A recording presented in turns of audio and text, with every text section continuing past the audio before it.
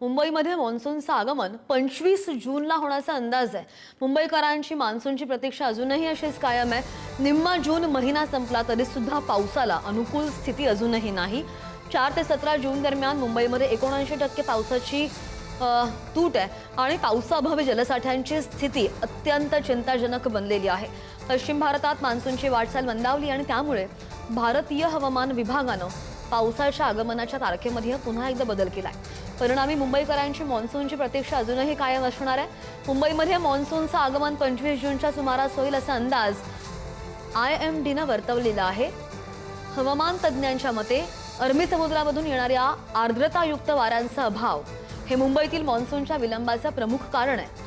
मान्सूनला कोकण किनारपट्टीवरून उत्तरेकडे नेण्यासाठी हे वारे अत्यंत महत्त्वाचे मानले जातात। 4 जून ते 17 जून या कालावधीमध्ये मुंबईमध्ये तब्बल 79% पावसाची तूट नोंदवली गेली आहे। मुंबईच्या जलसाठ्यांची पातळी सध्या त्यांच्या एकूण क्षमतेच्या फक्त 10.72% इतकीच आहे आणि त्यामुळे पाणी सुरक्षेसंदर्भात चिंता व्यक्त केली जाते। लवकरच मान्सूनचा चांगला पाऊस झाला नाही तर सध्याचा पाणीसाठा फक्त 40 दिवस पुरेल असा अंदाजही आहे।